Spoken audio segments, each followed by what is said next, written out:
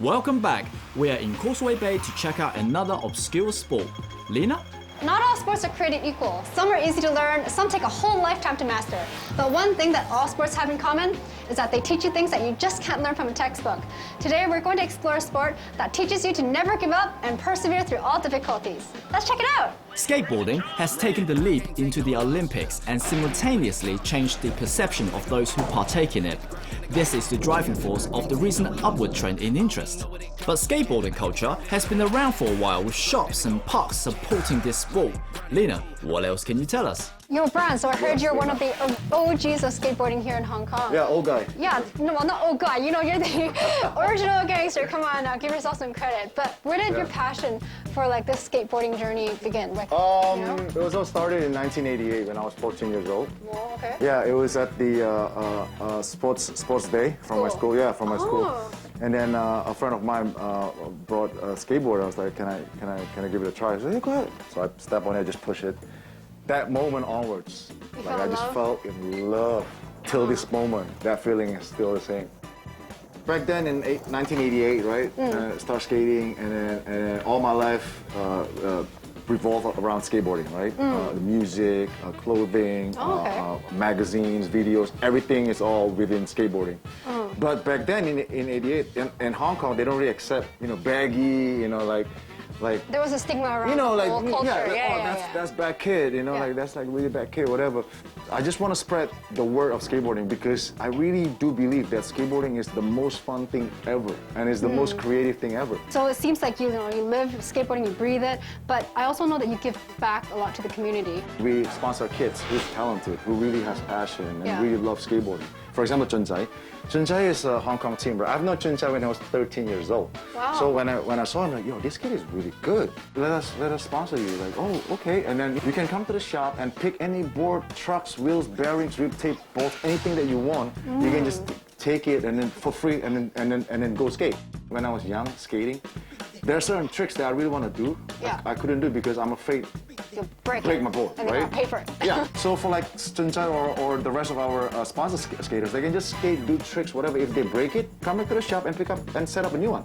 We help him talk with major companies. Oh. So he get sponsored from major companies, he get paid, and so on and so forth. Right. So he can really make a living out of it.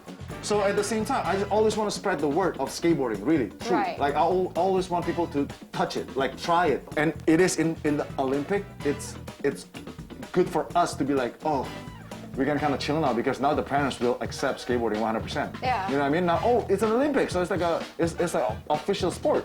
So now it's easier for us to promote it.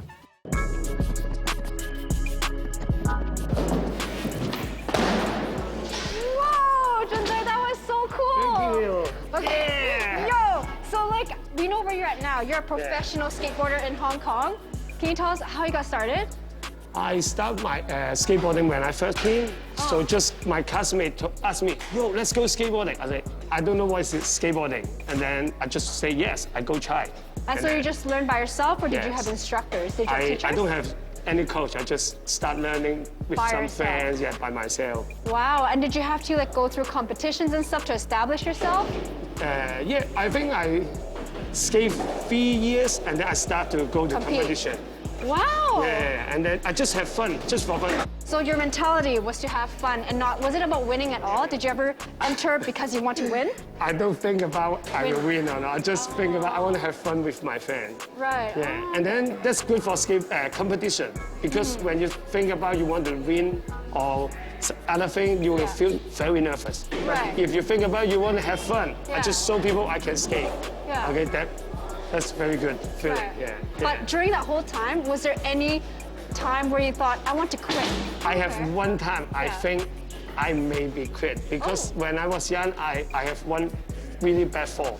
I hit my head. You hit your and head? then I went to hospital. Okay. So that moment I think, oh, I will die. I think it's dangerous and then I want to quit. But I think after 2 weeks and then I'm okay. 2 weeks? Yeah, With a 2 weeks. head injury? Yeah, yes, and then I back to skateboarding till now.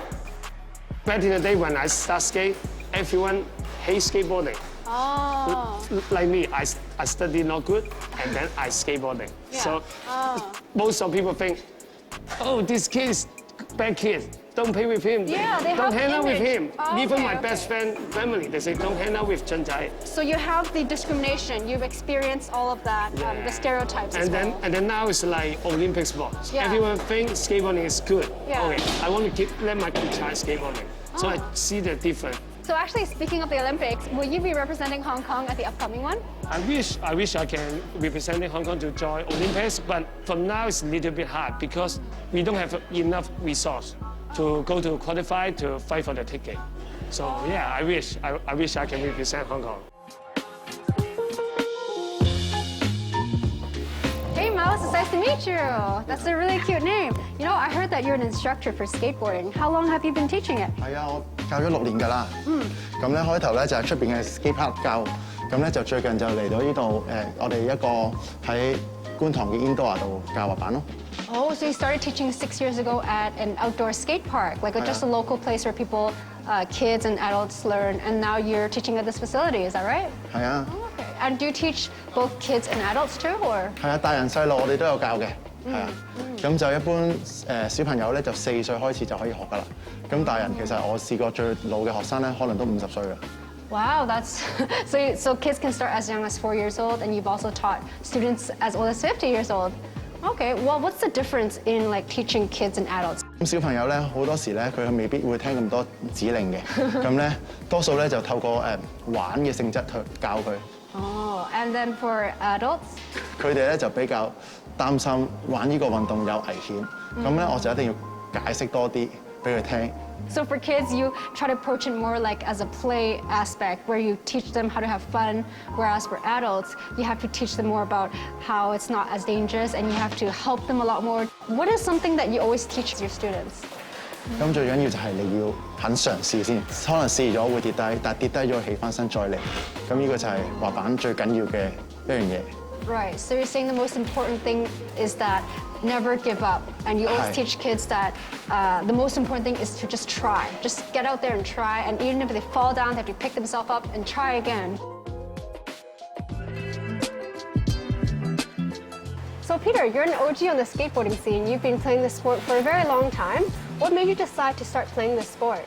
14、15歲到啦，咁樣就嗰啲朋友仔啊，咁啊去喺外國啊，咁啊攞塊板，咁啊大家就一齊開始玩咯。Oh, so you started when you were 14, 15 years old, and it was because a friend from overseas brought back a skateboard and you all wanted to try and have fun with it, is that right? Do you still skate the same that you did before? Like you probably skated a lot more when you were younger. How about now? 個 age 63歲啦，咁我都唔 mind 人哋或者係眼光啊呢個啊 uncle 啊仲係 skateboard， 自己都好開心，我仲能夠企上塊板。雖然我家就玩翻，梗係冇以前嗰啲比較危險嘅動作啦。Right, so you're 63 years old now, and you're still proud that you can at least still stand on this board and still do many things, but not as much as you could when you were younger because there's the risk of injuries and everything. Some people, they want to pursue it as, be a professional skateboarder, but you only like it as a hobby. Did you ever think to pursue it further? 自己玩就冇，自己唔使理人咁多咯，自己開心，做到自己嗰個 treat， 我就覺得係咁。So you think that you're happy as long as you can do some of the tricks and, pursuing it professionally isn't your goal, it's just to have fun with yourself and learn as much as you can. So you mentioned you were a marine engineer. Did you ever bring your skateboard with you? So wherever you went, you can skateboard? 咁我就係做啲 cargo ship 啦，咁啊 loading 或者完咗之後去美國啊咁啊10幾日，咁就好多時間咯，揸住塊板啊，有時即係落佢哋嗰啲板場啊，咁同埋都識到嗰啲朋友咯。Oh, so you would bring your board with you everywhere you went because you worked on cargo ships when you were quite young, like 19 years old, and everywhere you went when they're doing unloading and loading after they've docked, which takes quite a few days, you would just go skateboarding, exploring with the other young boys on the ship. Yeah. My key takeaway from today is that things aren't always the way it seems on the surface. After speaking with a few people today who evidently have skateboarding in their blood, I realized that their passion for this sport, like this culture, this whole lifestyle, it runs really deep. And it's also quite heartwarming. And I also really admire the relentlessness and support for each other in pushing this scene forward, whether it's for now or for the future. I'm really excited to see where it all goes.